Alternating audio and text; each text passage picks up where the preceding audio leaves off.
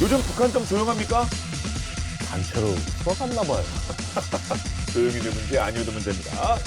밀리터리 사이언스의 10년 만난 본게임 오늘도 본능으로 곧장 진격해보도록 하겠습니다. 안녕하세요. 저희는 본게임 최현진입니다. 오늘의 주제 영상을 통해서 확인하시죠. 북한이 조용할 리가 있겠습니까? 또 뭔가 개발하고 있다는 소식이 있습니다.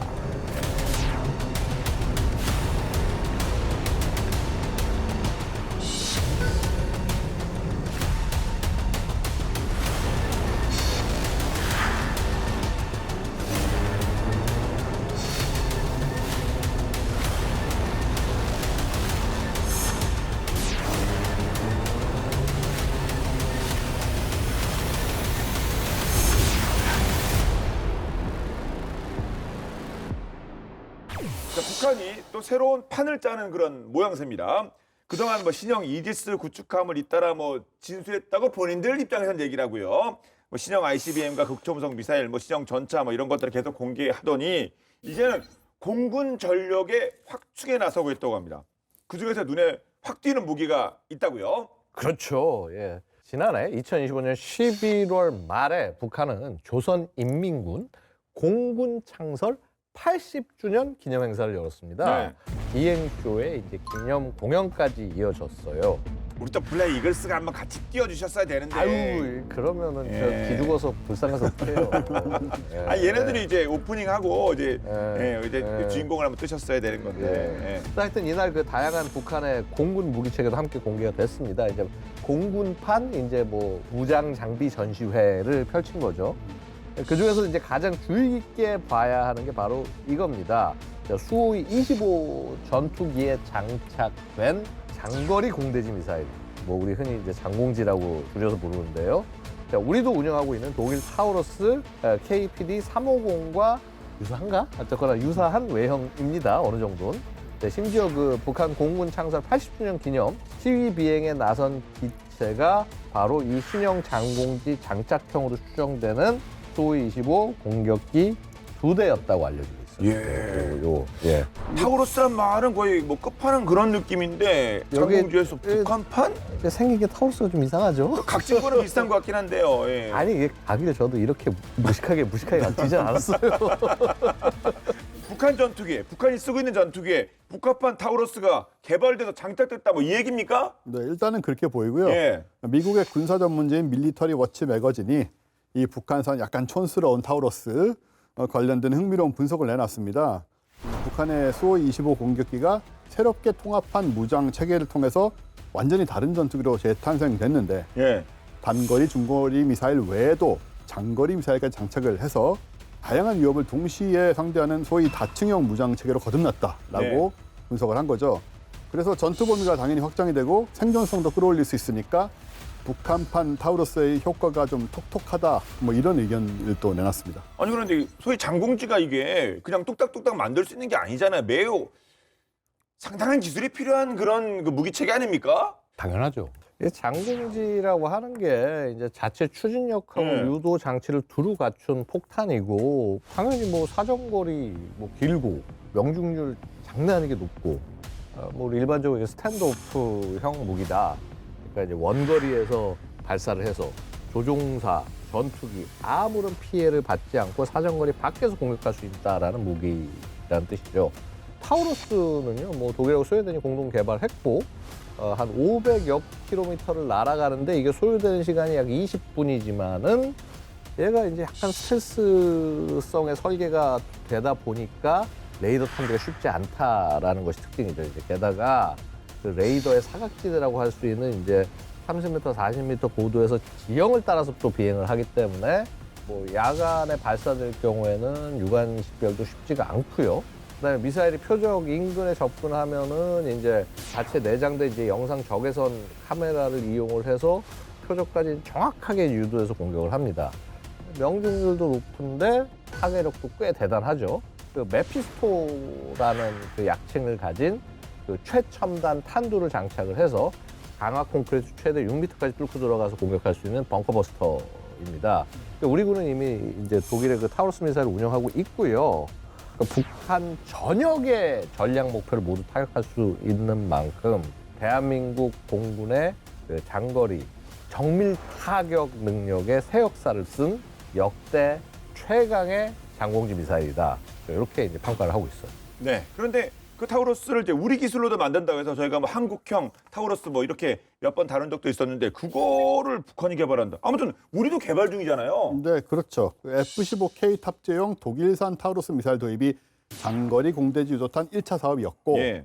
지금 지금 이제 2차 사업을 통해서 국산 장공지인 한국판 타우러스, 즉 철룡을 개발 중이고요. 철룡, 예. 네. 지난해 2025년 6월에 FA-50 시제기를 이용해서 철룡의 첫 번째 안전 분리 비행 시험에도 성공했죠. 그렇습니다. 두 발을 달고 이렇게. 분리시험 이제 이게 얘가 제대로 투과를 할 수 있냐. 그게 중요하죠. 사실. 툭 떨어뜨린 다음에 예. 날개가 펴지면서 이제 예. 비행을 합니다. 핵심은요. 자, 이게 타우러스 굉장히 큰 미사일이고 F-15K에 장착하는 거잖아요. 근데 철룡 장공지는 FA-50에 훨씬 조그만 비행기. 앞에 경자가 들어가지 그쵸. 않습니까? F-55. 그렇죠. 일단 경 전투기, 뭐 지원 전투기 그런데 예. 거기에 두 발.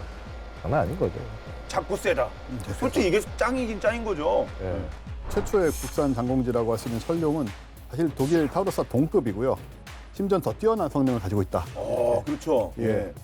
아무래도 또 후기 모델이기 때문에 좀 최신 기술이 접목되어 있는 상황이고 기존보다 더 높은 수준의 스텔스 설계가 적용이 됐고 우리가 독자 개발한 전파 흡수 도료도 칠했고 그래서 이 기존 타우러스에 비해서 레이더 반사 면적도 크게 줄였고요. 또 추진체도 더 우수한 신형 터보팬 엔진을 장착했기 때문에 순항 속도가 시속 800km에서 지금 철룡 같은 경우에는 마하 1, 즉 시속 1224km 이상으로 빨라진 상태고 음속. 네. 예. 그리고 서울에서 발사하면 이 속도면 뭐 평양까지 10분 만에 타격할 수 있는 거니까 굉장히 대단한 수준이라고 할 수 있고요. 또 다른 중요한 차이점은 타우러스는 비행 직전에 연료를 넣어야 됩니다. 준비하는 시간이 필요하겠죠. 예. 근데 철룡은 연료를 주입한 상태로 5년에서 10년간 보관이 가능하거든요. 전투기 출격 준비 시간을 단축할 수 있는 거고요.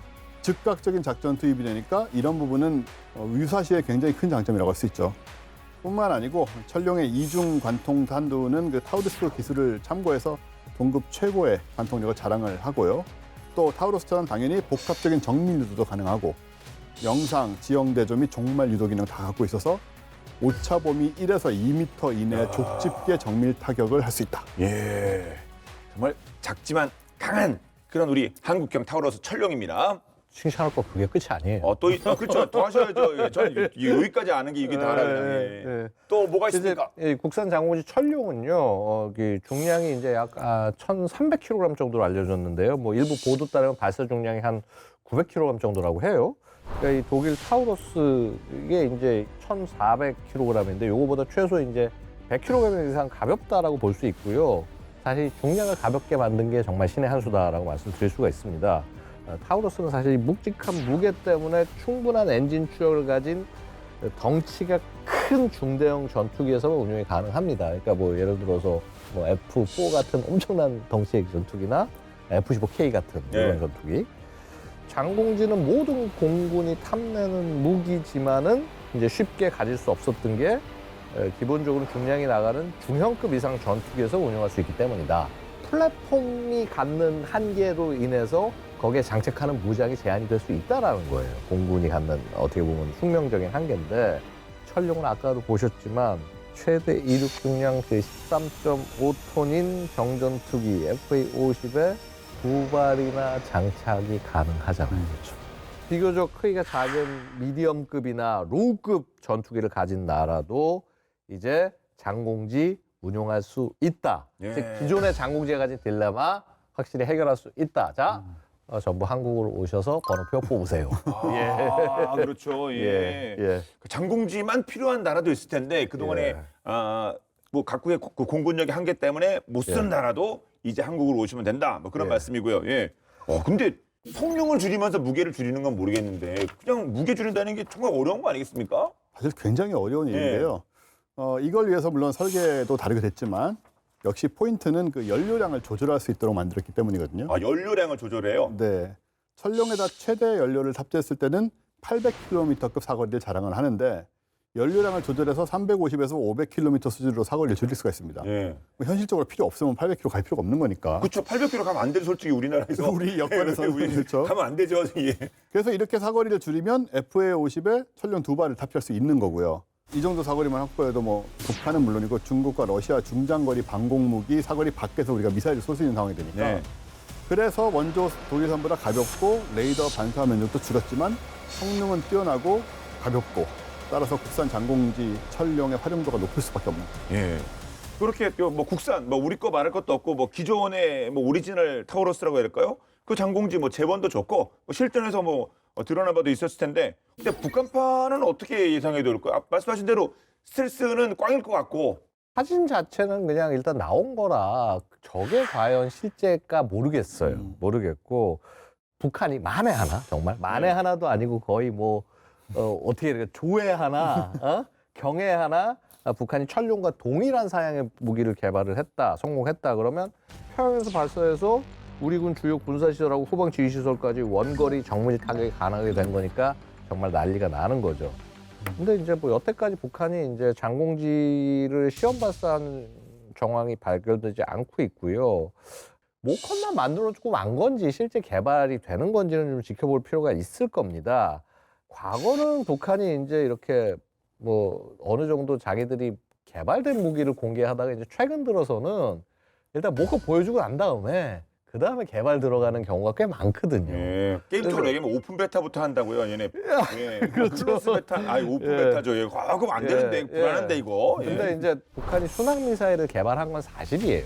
화살과 같은 순항 미사일을 개발한 건 사실이고 거기에 이거를 두 발 장착하고 운용을 한다. 그러려면 상당히 소형화되고 그다음에 상당히 뭔가 이렇게 성능 개량이 들어가야 되는데 쉽지는 않습니다. 쉽지 않고요. 근데 그럼 완전 불가능하냐? 완전 불가능하진 않을 거예요. 완전 불가능. 그렇기 때문에 우리가 이 부분은 좀 면밀히 지켜봐야 된다. 근데 우리 지금 천룡과 같은 성능은 그거는 아니고, 그건 아니지만 그렇다고 북한이 전혀 못한다고 우리가 방심을 하고 할 건 아니라고 봅니다. 천룡 수준의 스텔스 능력까지 갖추고 뭐 이렇게 속력 빠른 그런 순항 미사일이 아니라 구형 순항 미사일이라고 한다면 우리 그 KAMD로 충분히 그래서 뭐 패트리어, 천궁2 이런 것 통해서 충분히 요게 가능하다. 일단은 이렇게 말씀을 드릴게요. 예.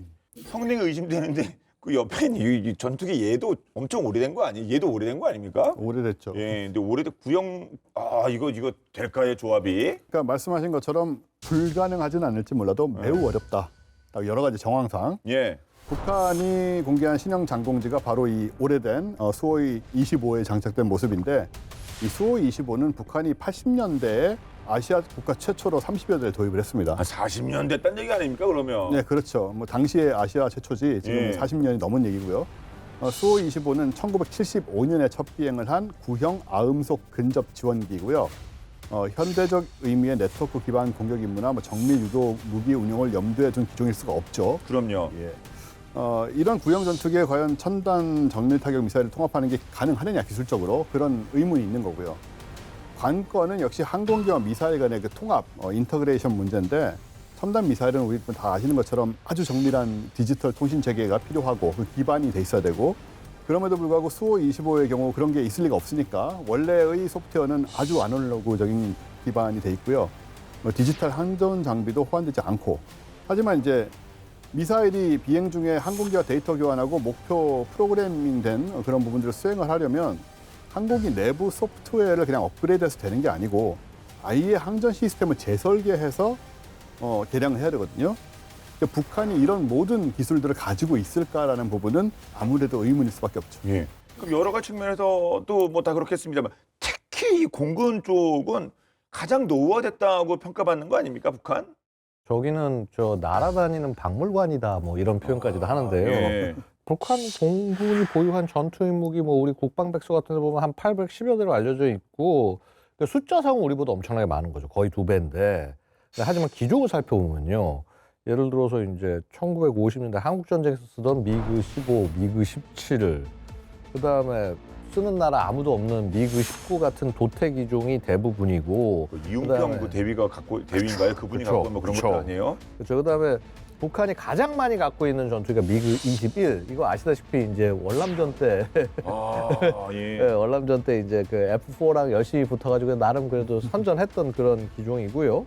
그나마 이제 현대적 기종이라는 게 이제 70년대 초반부터 이제 적어된 미그 23 아니면은 80년대 중반에 도려온 미그 29가 가장 최신 기종. 아까 말씀드렸다시피 이제 그 수호이 25도 그게 거의 한 1980년대 들어왔단 말이에요. 또 이 현대적 공중전이 가능한 전투기다라고 한다면은 4세대 이상을 얘기해야 되는데 지금 제가 말씀드린 전투기 중에 4세대 이상 미그 29밖에 없어요. 예. 물론 지금 이제 AWACS도 독자적으로 도입해가지고 해서 그럼 조금 좀 좋아지긴 했다고 하지만은 그 AWACS랑 지금 기존 전투기랑 통신은 어떻게 되나요? 데이터 통신. 그것도 지금 확실치 않거든요.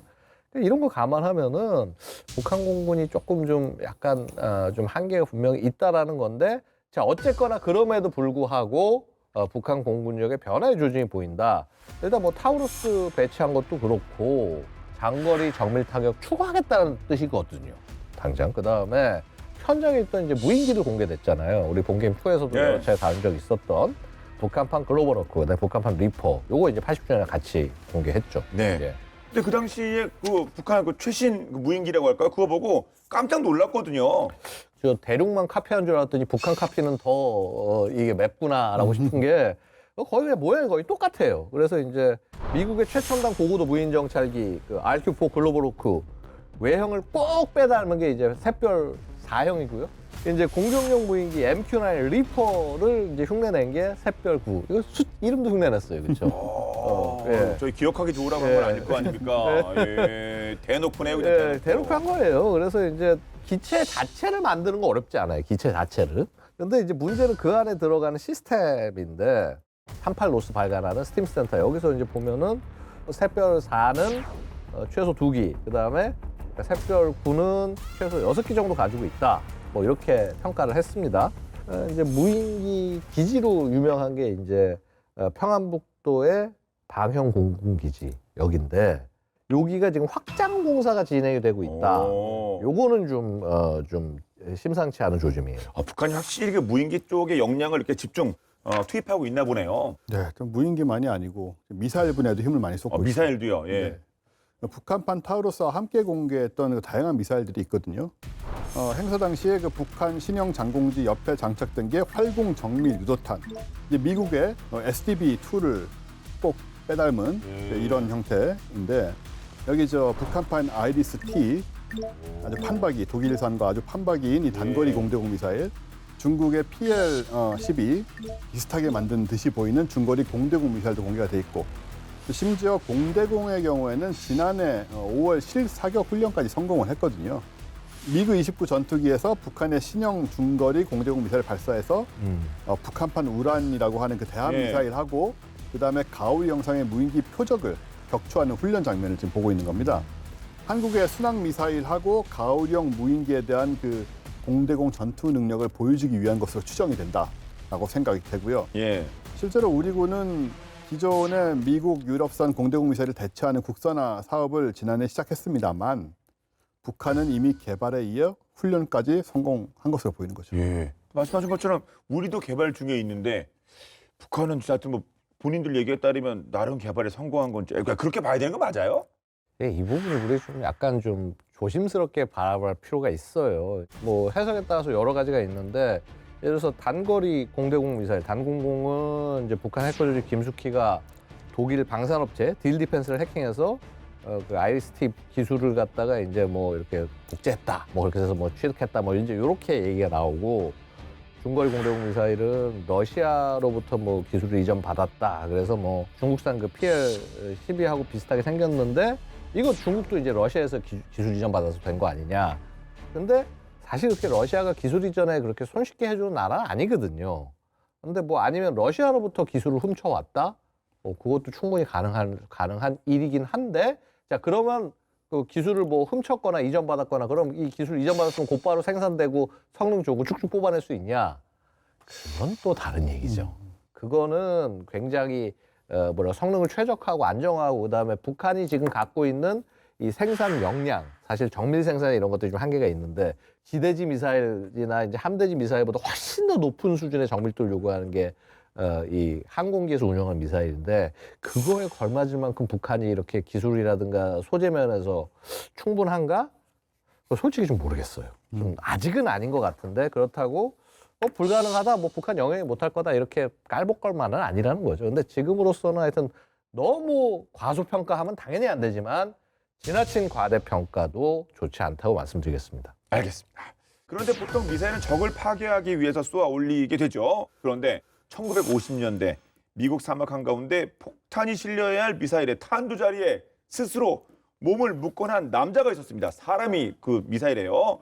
그는 제발로 걸어가 등 뒤에서 터질 미사일의 카운트다운을 즐겁게 기다렸다고 하는데요. 대체 무슨 일인지 본방야사에서 확인해 보겠습니다.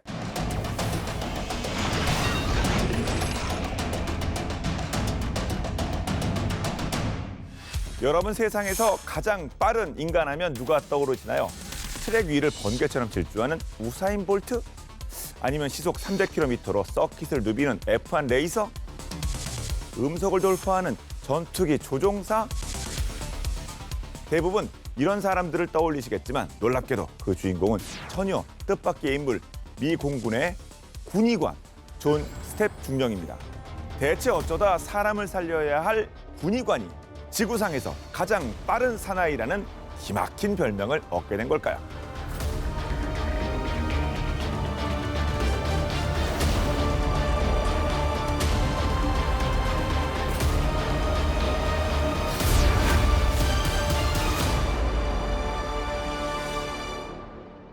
(1950년대) 미사일과 제트기의 시대가 열리면서 인류의 기술은 이미 소리의 속도를 정복했습니다. 하늘에는 마의 속도로 날아다니는 전투기들이 등장했고 전쟁의 양상은 속도전으로 바뀌고 있었죠. 하지만 여기에는 아주 치명적인 딜레마가 하나 숨어 있었습니다. 강철로 만든 기계는 이 무시무시한 속도를 버티지만 정작 그 안에 탄 인간은 버티지 못한다는 거였죠. 당시 조종사들에게 비상탈출은 곧 죽음이나 다름없었습니다. 제대로 된 보호 장비가 없으니 초음속의 충격을 인간의 몸이 견뎌낼 수가 없었기 때문이었죠. 실제로 당시 과학계에서는 인간이 견딜 수 있는 한계를 18G, 즉 자기 몸무게의 18배 정도로 규정했습니다. 그 이상을 넘어가면 좌석이 버티지 못하거나 신체가 파괴되어 사망한다고 믿었죠. 그래서 엔지니어들도 조종사의 안전을 사실상 포기한 상태였는데요. 바로 이때 미 공군 소속 군의관 존 스텝 중령이 18G의 저주에 정면으로 반기를 듭니다. 단순한 의사가 아니라 물리학까지 통달했던 그는 제대로 된 고정장치만 있다면 인간은 훨씬 더 강한 충격도 버틸 수 있다라고 확신했고 이를 증명하기 위해 스스로 실험대 위에 오르기로 결심합니다. 존 스텝 중령은 실험을 위해 소닉 윈드라는 장비를 만들었는데요. 바람의 썰매라고 불렸지만 사실상 지상에서 달리는 미사일이나 다름없었습니다. 70kg 남짓한 사람을 태우는 의자 뒤에 강력한 추력을 내는 고체 로켓 부스터를 무려 9개나 묶어놓은 괴물이었죠. 더 충격적인 건 이 미사일 썰매에 브레이크조차 없었다는 사실이었는데요. 당시 기술로는 시속 1000km를 감당할 브레이크가 없어서 레일 끝에 물웅덩이를 파놓고 그 저항력으로 멈춰야 하는 아주 원시적이고 위험천만한 방식을 택해야만 했죠. 1954년 12월 10일 존 스텝 중령은 마우스피스를 꽉 문 채 로켓 의자에 몸을 묶는데요. 동료들의 만류에도 그는 담담하게 카운트다운을 기다렸습니다. 3, 2, 1, 점화! 폭발적인 굉음과 함께 9개의 로켓이 동시에 폭발했고 그는 단 5초 만에 시속 1017km에 도달했는데요. 권총 총알보다 빠른 속도로 맨몸 질주를 했죠. 엄청난 바람의 압력이 헬멧을 벗기려 들었고 그의 얼굴 피부는 물결치듯 뒤로 밀려나 흉측하게 일그러졌는데요. 숨조차 쉴 수 없는 압력 속에서 그는 정신을 잃지 않으려 안간힘을 썼습니다. 하지만 진짜 공포는 멈추는 순간이었는데요. 썰매가 물웅덩이로 돌진하며 시속 1000km에서 완전히 멈추는 데 걸린 시간은 단 1.4초. 이 짧은 순간 그가 온몸으로 받아낸 압력은 46.2G였습니다. 자기 몸무게의 46배, 순간적으로 3톤이 넘는 코끼리가 가슴을 짓밟는 그 무게가 그의 명치를 강타했죠. 그 무지막지한 압력 때문에 고정장치는 살을 파고들다 못해 갈비뼈를 으스러뜨렸고 핸들을 쥐던 양쪽 손목뼈까지 부러뜨렸습니다. 입안의 치아 보형물은 압력을 이기지 못해 밖으로 나가버렸고 온몸에는 피멍이 들었죠. 가장 끔찍한 것은 그의 눈이었는데요. 무지막지한 압력에 안구는 두개골 밖으로 튀어나갈 듯이 쏠렸고 양쪽 눈에 실핏줄이 다 터져버려 앞이 보이지 않았죠. 온몸이 망가지고 앞조차 보이지 않는 절망적인 상황에서도 그는 미소 짓고 있었는데요. 인간이 46G도 버틸 수 있다는 사실과 함께 문제는 부실한 안전장치였다는 것을 온몸으로 증명해냈기 때문이었죠.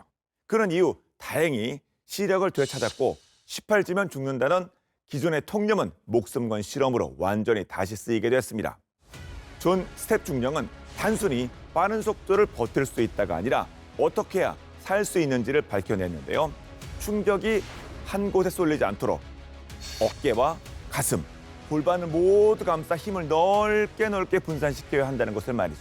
이 원리는 전투기 사출 좌석에 적용돼 수많은 조종사를 구했고 이후 자동차로 전해져 오늘날 3점식 안전벨트가 탄생하는 결정적인 계기가 되었습니다. 죽음을 무릅쓰고 29번이나 미사일 로켓 썰매에 올랐던 존 스텝 중령. 평생을 폭음과 충격 속에서 살아야 했던 그는 89세가 되어서야 비로소 고요하고 평온한 안식에 들었는데요. 가장 빨랐던 사나이가 남긴 안전한 유산 덕분에 우리는 오늘도 안심하고 달릴 수 있다는 사실을 기억해야겠습니다.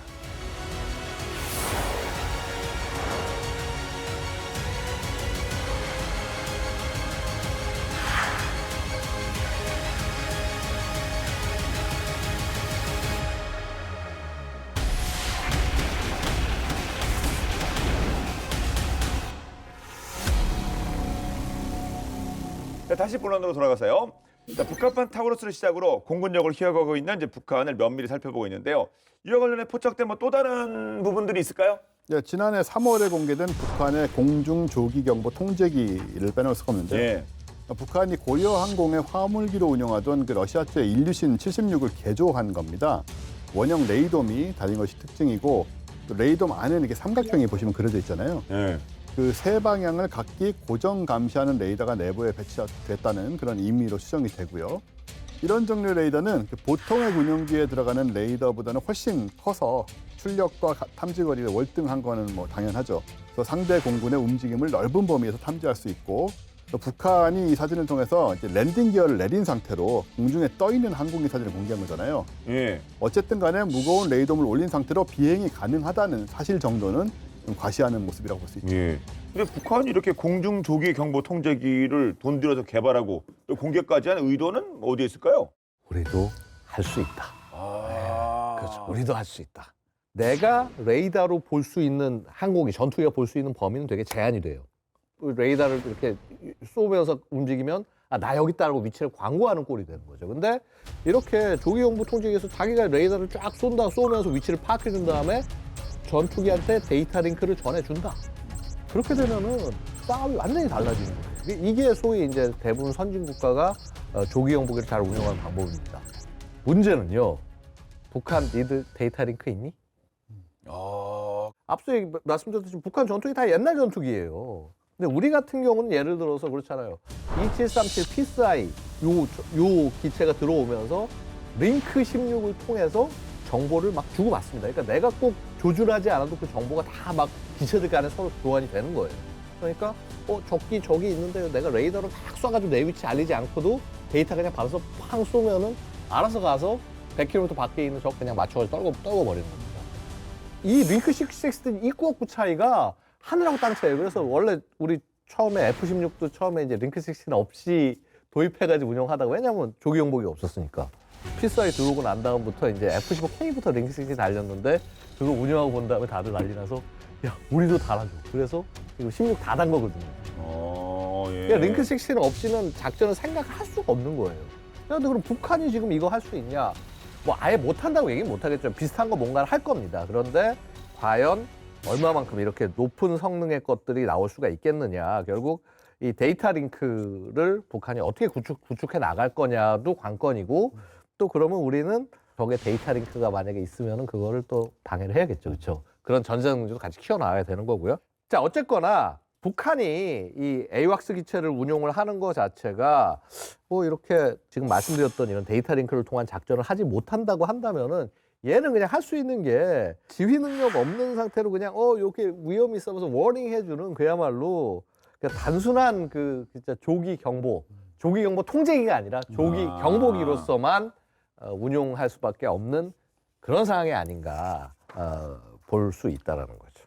그 사실 그 예전에 그 북한 공군력을 좀 낮게 보는 게 아니, 비행 훈련하는데 막 땅에서 막 모형 뭐 비행기 같은 거 들고 무슨 도상 훈련도 아니고 그래가지고 진짜 얘네는 안 되겠구나 그런 생각을 했었는데 이렇게 조기 경보기도 뭐 만들었고 그리고 뭐 공대공도 준비하고 있다고 하니까 야 대단하긴 합니다. 또 어떤 면에서 보면요. 근데 어떻게 이게 북한이 먼저 일단 제대로 된 공중 조기 경보 통제기를 만드는 건 굉장히 어렵다.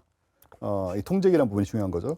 미국, 중국, 러시아, 스웨덴, 이스라엘, 브라질 등 손에 꼽힐 정도고 북한의 경우는 그래서 결국 러시아제 그 일류신 수송기에다가 러시아가 원산인 구형 레이더를 붙여서 그냥 하늘에 띄워놓은 공중 레이더 기지에 지나지 않는다라고 보는 게 맞다는 생각이 들죠. 통제는 되지 않는.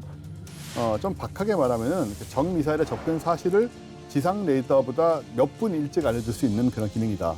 그래서 우리가 뭐 크게 두려워할 필요까지는 없다. 또 하나 중요한 요소는 조기 경보기 통제기를 한 대 보유한 것만으로는 정상적인 작전 운영이 안 된다는 거죠. 조기 경보기는 오래 떠 있을수록 빈틈없이 감시할 수 있게 되는데 북한처럼 그냥 한 대만 있으면 하루에 7, 8시간만 임무 수행이 가능하니까 그 나머지 시간은 감시가 안 되는 거거든요. 그렇겠죠. 기본적으로 이제 임무 비행 중인 항공기, 또 비상시를 대비한 예비 항공기, 그리고 정비 중인 항공기 이렇게 세 대는 필요한데 한 대밖에 없다는 거고, 또 우리나라는 지금 E737 피스아이를 4대를 운용하고 있거든요. 4대 가운데 2대가 교대로 임무를 수행하고 한 대는 예비기, 한 대는 교대 정비를 하는데 네. 피스아이 한 대는 채공 시간이 8시간 정도 되니까 2대가 교대 비행하면 적어도 하루 16시간은 공중 감시가 가능한 거고, 그리고 앞으로 이제 24시간 공중 감시를 하기 위해서 조기 경보기 4대를 또 추가 도입할 계획을 갖고 있죠. 네. 그만 타우러스도 만들고 조기 경보기도 있고 그 뭔가 연결을 시키는 뭐 빅픽처 그리는 거 아닙니까 북한이? 야, 이제 역시 저 폰게임 8년 차 명 MC. 8년 차. 야, 8년 차. 야, 이 감이 아주 대단하십니다. 명은 아니고 장수 MC긴 하죠. 자, 어쨌거나 그 지난해 3월 북한이 그 조기 경보기를 처음 공개했던 당시에는 그 북한의 현대화된 전투기라든가 이렇게 제대로 된 공군 무기가 없다라고 해도 과언이 아니었죠. 근데 지금은 상황이 약간 달라졌다고 볼 수 있는 것이 어쨌거나 이렇게 다양한 종류의 첨단 미사일을 개발해 나가겠다. 예. 그 완성까지 아니라고 하더라도 자, 이런 방향성을 보여주고 있는 거고요. 아까도 말씀드린 무장만 개량해서는 안 된다. 항공기 자체가 개량돼야 된다. 플랫폼이 개량돼야 된다 말씀드렸는데 이 플랫폼 개량, 그러니까 전투기 현대화의 소식도 들리고 있습니다. 이게 러시아가 가장 큰 문제인데요. 어차피 이게 뭐 러시아제 비행기이기 때문에 이 러시아가 북한의 그 미그-29 전투기 성능 개량 사업을 지원하고 있다라는 소식이 여기저기서 들려오고 있습니다. 심지어는 그 러시아 기술자들이 북한에 들어와 있다라는 보도도 있는데요. 사실 러시아는 이 전투기를 수호이 계열 전투기를 통합을 했어요. 왜냐하면 이제 이게 미그-29 수호이 나왔던 게 당시에 미그-29는 약간 로우, 그다음에 수호이 27은 하이. 그래서 하이로우 믹스식으로 해서 원래 운영하려고 했던 건데 지금 이제 뭐 러시아군도 숫자도 줄어들고 뭐 이렇게 재편도 많이 일어나고 하면서 그냥 수호이로 그냥 통일을 해버린 겁니다. 사실 미그-29는 지금 나머지들은 전부 다 이미 퇴역에 악성 재고 부품이라는 얘기인데 딸꾹 부품 주고 뭐 하고 한 다음에 북한에 줘야 될 그 이 우크라이나 참전에 관한 비용들 이걸로 떨어버리면 굉장히 쉽거든요. 예. 악성 재고도 털고 돈도 이렇게 북한에 지불해야 될 무기 대금도 갚고 뭐 님도 보고 뽕도 따고 뭐 러시아가 상전해요 서로 북한이랑 예, 러시아랑. 러시아가 안 할 이유가 없죠. 예. 예. 그러면 어떻게 미그-29를 개량한다? 이거 뭐 그림 좀 나왔나요? 네, 이제 미그-29는 사실 미국의 F-16과 동급인 4세대 경량급 전투기로 분류되는 모델인데 저는 이제 80년대 프라모델 시절에 예. 아주 익숙한 기종입니다만은 근데 90년대 중반 이후부터는 사실은 우리 공군에 별 위협으로 인식되지 않았죠. 공중 기동성은 아주 우수한데 레이더가 형편없고 그리고 탑재 무장도 낙후됐고 그랬기 때문인데 사실 뭐 조립 컴퓨터랑 좀 비슷하거든요. 그래서 부품만 교체하면 또 구형 플랫폼도 상당한 성능 향상 효과를 기대할 수가 있는 게 전투기라서 그렇죠. 그래서 미그 29에서 가장 먼저 업그레이드 되지 않을까 예상되는 부분은 역시 그 전투기의 눈인 레이더다. 또 가장 유력한 기종은 기존의 기계식 레이더하고 크기와 무게가 비슷한 또 이게 돼야지 탑재가 되니까요. 러시아산 능동형 전자주사식 위상 배열 레이더 juk AE라고 하는 것인데 이 A사 레이더는 120km 거리에서 전투기 크기의 목표물 30개를 동시 추적할 수 있고 또 8개 표적의 공대공 미사일을 쏠 수 있기 때문에 뭐 잘 장착이 되면 효과적이겠죠. 네. 그런데 문제는 역시 신형 레이더를 운용을 하려면 조종석을 디지털화해야 하고 임무 컴퓨터 통째로 교체해야 되고 임무 컴퓨터 교체 작업을 통해서 통신 장비하고 데이터 링크 시스템도 추가가 될 수 있는데 여기다 또 전력이 또 충분히 공급해야 되거든요. 그러려면은 엔진하고 발전기도 신형으로 바꿔야 된다라고 한다면 지금 기체 외에 모든 것이 다 바뀌는 것 같은 뭐 그런 상태가 되는 것입니다. 예. 만약에 그걸 해낼 수 있다면 기존의 4세대 미그 29가 4.5세대에 준하는 성능으로 환골 탈퇴할 수도 있겠으나 이것이 과연 얼마나 가능한 일일지 좀 의심스럽죠. 그러게요. 사실 뭐 조립 컴퓨터나 자동차 같으면 그럴 바에 새 거 사세요라는 얘기를 할 것도 같습니다만 뭐 그쪽은 어떨지. 그런데 하여튼 뭐 장공지의 조기 경보기까지 이렇게 다 버무려지면서 뭔가 좀 북한이 그리는 퍼즐이 좀 보이는 것 같은 그런 느낌도 들어요. 미그 29가 성능 개량에 성공해서 데이터 링크도 장착하고 장공지에 중공공, 단공공 주렁주렁 달게 되면 조기 경보 통제기가 300-400km 밖에서 표적을 탐지해서 정보 딱 전송하면 그 데이터 받아서 원거리에서 미사일 발사할 수 있다. 그다음에 이 말 뭐냐면 우리 대한민국 공군의 전투기와 원거리에서부터 공중전을 펼칠 수 있게 된다라는 뜻이 되는데 이게 이제 현실성이 엄청 낮다. 예. 왜냐면 일단 이 비용 자체가 말이 안 되는 게요. KF-16 굉장히 좋은 전투기잖아요. 블락 52 사가지고 해서 당시만 해도 굉장히 비싼 거 샀는데 그러면서 우리가 그때 링크 16에 대한 개념이 약해서 16을 안 달았다가 아까도 말씀드렸다시피 우리 지금 이제 이 피스아이랑 연동시키기 위해서 링크 16을 장착을 했단 말이죠.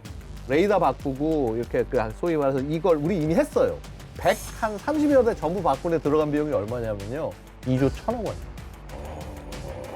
물론 우리가 북한은 예산을 접근할 때는 우리 일반 예산 기준으로 접근하면 안 됩니다.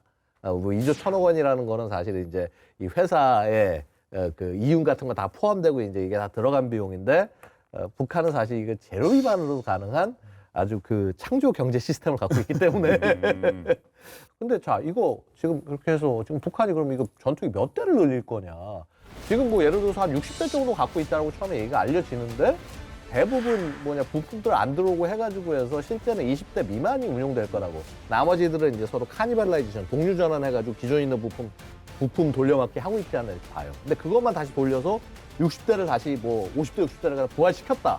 그 50대 60대가 그렇게 만들어져서 성능 높아진 그 기체가 우리나라 200대 300대 가까운 4세대 전투기 4세대 이상 전투기보다 성능이 좋을 거냐? 그렇지 않다는 거죠. 이미 수평으로는 불가능한 얘기인 거예요. 어차피 안 되는 거 그냥 깔끔하게 포기하는 북한인 줄 알았는데 대신 뭐 네. 비대칭 전력이나 이런 거 하고 근데 열병식 같은 거 보면 현대화에 꽤 집중하고 있거든요. 네. 그 이유가 뭘까요 도대체? 지난 북한 공군 창설 80주년 기념 행사에서 네. 그 김정은 국무위원장이 이런 말을 했습니다. 우리 공군에는 새로운 전략적 군사 자산들과 함께 새로운 중대 임무가 부과될 것이다. 그리고 핵전쟁 억제력 행사에서 1위를 담당하게 된 공군에 대한 당과 조국의 기대는 실로 크다. 이런 말을 했고요. 네. 이거를 보면 그동안 이제 북한이 지상 발사형 순항 또 탄도미사일로 축적한 기술을 공중 발사 체계로 확장하고 있는 만큼 앞으로 전장을 입체적으로 운영하겠다. 예. 이런 의지가 좀 엿보이는 부분 같아요.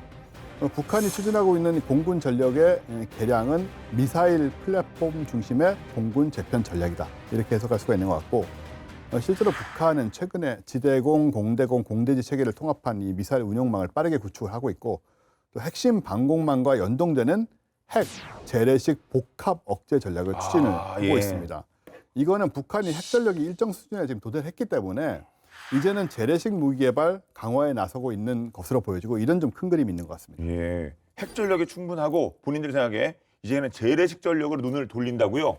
이게 사실 역사를 보면 그래요. 미소 냉전이 처음 시작됐을 때 서로 핵 경쟁 했잖아요. 그럼 양쪽에서 재래식 무기는 일단 제쳐놓고 핵무기만 드립도 안 듭니다. 그러다가 이제 어느 정도 이제 핵무기가 완성이 되고 나면 그때부터 이제 재래식 무기, 첨단 무기에 눈을 돌리거든요. 북한도 비슷한 경로를 쫓아가고 있다고 보셔야 할 거고요. 뭐 카이가 최근 뭐 연구 결과로 해서 내놓은 게 이제 뭐 북한 핵무기 현재 이제 최대 150발까지 보유하고 있고 2030년까지 200여 발, 2040년까지 400여 발을 보유할 거라고 전망을 했어요. 저희도 비슷한 연구를 했는데 저희는 이미 이전에 2021년에 연구 결과 발표한 거는 이미 2027년 정도에 한 200여 발에 해당하는 핵 물질 보유량, 핵 물질 누적량, 생산량이 그 정도. 그런 충분한 양을 가져서 최소한 200개, 300개 정도 핵탄두를 가져갈 가능성이 굉장히 높아진 거죠. 자, 그런데 핵무기를 아무리 많이 갖고 있고 핵무기로 위협을 한다고 해도요, 핵무기를 전쟁에 쓸 수 없습니다. 이 핵무기가 되려 의미를 갖는 거는 재래식 무기가 어느 정도 능력을 발휘한 상태에서 그 상태에서 핵무기가 되려 의미를 가질 수 있다. 쓴다는 게 미사일을 쓴다는 게 핵은 계속 위협을 하는 거고 사실 재래식 무기가 그 능력을 발휘해야 된다는 거거든요. 재래식 능력을 보강을 해서 그 능력을 바탕으로 해서 이 한국에 대한 뭐 정치적 영향력, 그 다음에 이 위협 이걸 최대한 높이겠다. 그러니까 핵을 쓸 수 있는 모습들을 갖춰가겠다는 거고 이게 결국 뭐냐면은 그 핵 재래식 전력 통합 CNI 우리가 컨벤셔널 뉴클리어 인터그레이션이라고 하는데 북한판 CNI가 일어나고 있다라고 말씀드릴 수가 있을 것 같아요. 그래서 이제 뭐 앞으로 북한의 시나리오가 어떻게 될 거냐 보면은 뭐 드론 정찰 장비 통해 가지고 한국군 활동 감시하고 그러다가 나름 이제 뭐 장거리 정밀 타격 능력 바탕으로 해서 지휘부, 뭐 방공망 이런 것들 원거리 타격으로 제거하고 최악의 경우는 핵 사용을 하는 거. 기존에는 그냥 위협만 하고 이제 하는 건 수준에다가 핵무력 정책법 통해 가지고 해서 이제 핵 쓸 수 있다고 선언했잖아요. 교리 바꾸고 교리 맞춰가지고 지금 이제 실제 싸우는 걸 갖춰 나가는 거예요. 그 과정에서 재래식 전쟁이 중요하다고. 네. 근데 북한의 목적이 정말 그렇다고 한다면 뭐 단순한 뭐 북한판 뭐 타우러스 뭐 개발 이 정도가 아니어서 우려가 정말 심이 되는데요. 네, 이런 추세가 계속되면 아무래도 좀 위기 상황이 발생할 경우에 북한의 판단과 행동이 좀 더 공격적으로 바뀔 수가 있다. 뭐 그런 가능성이 있고요. 네. 그래서 우리가 그 위기 관리 측면에서 좀 감당해야 할 부담과 위험이 커질 수 있다는 게 문제가 되는 거죠. 일각에서는 북한의 이 재래식 무기 능력 향상으로 국지 도발 가능성도 커졌다 이런 얘기들도 하는데, 근데 이제 북한이 추진하는 북한 이 재래식 무기 현대화가 당장 우리 군에 큰 위협이 될 것 같지는 않습니다. 기술적으로 봤을 때. 그래서 재래식 전력 균형을 맞추는데 또 5년에서 10년 정도 걸리기 때문에 하지만 얕보지 않고 중장기적으로 대비할 필요는 반드시 있는 거죠. 예. 그렇다면 우리는 어떻게 대비하면 좋을까요? 일단은 기존에 하고 있던 거 잘하면 됩니다. 그래서 일단 방공망 같은 것도 다총 방공망으로 가고 지금 방공망 보면은 우리 지금 이제 복합적으로 예를 들어서 뭐 청궁2, 패트리어트3, 그 다음에 거기 LSM인데 지금 거기에 이제 뭐 청궁3에다가 LSM2에다가 이런 식으로 자꾸 이제 다층을 해 나가고요. 밑에나 아래로는 이제 LAMD 같은 것들 결합을 하면서 그거 전부 하나로 뭉쳐야 될 거고요. 더 중요한 거는 사실은 우리 이제 전작권 전환과도 관계된 내용입니다만 북한에 대한 독자적인 ISR 능력, 그러니까 이제 정보감시 정찰, 미국의 지원 받고 뭐 이런 것도 계속 해야 되지만 우리 독자적으로 할 수 있는 능력을 더 키워야 되고, 자 근데 어쨌거나 지금 이제 북한이 9차 당대회 통해 가지고 해서 새로운 국방력 발전 5개년 계획 세울 거란 말이죠. 그 계획에서 북한이 뭘 강조하는지를 우리가 좀 들여다보면서 거기에 대한 구체적인 계획을 조금 더 세워 나가야 되지 않을까 생각이 됩니다. 네. 자, 북한판 타우러스가 쏘아올린 북한 공군력 현대화 그 이면의 목적까지 샅샅이 살펴봤고요. 그에 대한 대응 방안도 고심해봤습니다. 끝으로 한 말씀씩 부탁드립니다. 일단 김정은 자체가 굉장히 군사에 관심이 많은 지도자다라고 말씀드릴 수가 있고요. 저는 솔직히 밀떡이 아닌가라고 이렇게 좀 추정을 하고 있습니다. 그만큼 식견이 있기 때문에 예를 들어서 해군력, 공군력 강화를 얘기를 한다, 김정은 얘기한다, 저는 우습게 들리지 않습니다. 재정이나 이런 능력에서 한계가 있긴 있지만 어느 정도 흉내는 내려고 할 걸로 보이고요. 마찬가지로 이 공군력도 우리가 그간 이제 북한은 범접 못한다라고 단언해 왔습니다만은 그렇지 않게 될 상황이 만에 하나 있을 수 있기 때문에 우리가 더욱더 이 우위를 유지하기 위해서 노력을 해야 된다 말씀드리고, 대신에 한 가지 좀 얘기해야 될 거는 소위 전문가란 분들이 이제 그걸 가지고 이제 얘기를 할 때 호들갑을 떠는 경우가 있는데 뭐 혹시 저도 그랬을지 과거 그랬을지 모르겠습니다만 좀 반성을 하고요. 굉장히 이런 분석들은 좀 냉철하게 해야 하지 않을까 말씀드리고 싶습니다. 네. 지금 당장의 기술 수준에 대한 의심들도 있지만 사실은 이 큰 전략적 그림이 그려지고 있다는 거에 좀 주목할 필요가 있는 것 같고 나름대로 합리적인 좀 조직적인 접근을 하고 있는 그런 모습이 보입니다. 그리고 또 심지어 실제 무기 체계를 보유하지 않아도 뭐 가지고 있는 척함으로써도 꽤나 큰 전략적 심리적 효과를 거둘 수 있기 때문에 그런 것까지 병행하고 있지 않은가 그런 관점에서 우리가 좀 신중하게 볼 필요가 있는 것 같습니다. 네. 자, 오늘 본게임 여기까지입니다. 본게임은 KFN 유튜브와 OTT 웨이브를 통해서 언제든 시청 가능하니까요. 많은 활용 부탁드리겠습니다. 저희는 다음 주에 더욱더 화끈한 대응으로 돌아오겠습니다. 지금까지 저희는 본게임 2의 MSG였습니다. 고맙습니다. 자, 핵전력이 충분한 이 제일의 핵전력도 어디로 잘못되는데요. 아니 근데 기본적으로 그럴 수밖에 없어요. 디지털은 밀떡이니까. 진짜요? 이거 분명히 자기도 첨단장 갖고 싶고 그거 하고 싶다고. 또 하나 왜 나라 지도자가 돼가지고